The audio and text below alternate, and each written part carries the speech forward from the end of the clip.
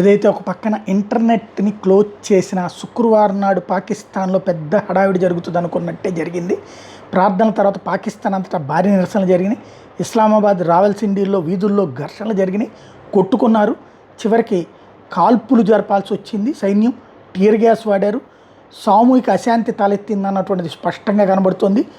ఇస్లామాబాద్ రావాల్సింది అంతా mobile ఇంటర్నెట్లను close చేసేశారు. భారీ భద్రతా బలగాలు మోహరించారు. కీలక సైనిక అధికారులు అక్కడ మొబిలైజ్ అయ్యారు.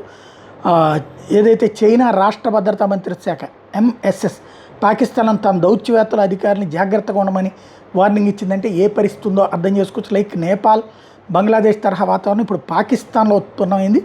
రాబోయే వారంలో పాకిస్తాన్ సైనిక స్థావరాల మీద ఆత్మాహుతి బాంబు దాడులు కూడా జరిపేందుకు సిద్ధపడుతున్నారు. బెలూచ్ రెబల్స్, టెహ్రీకి తాలిబాన్ పాకిస్తాన్ లేకపోతే ఇమ్రాన్ ఖాన్ బ్యాచీ అన్నటువంటి చర్చ నడుస్తోంది. దీంతో బీజింగ్, చైనా వాళ్ళు ఆందోళన చెందుతున్నారు.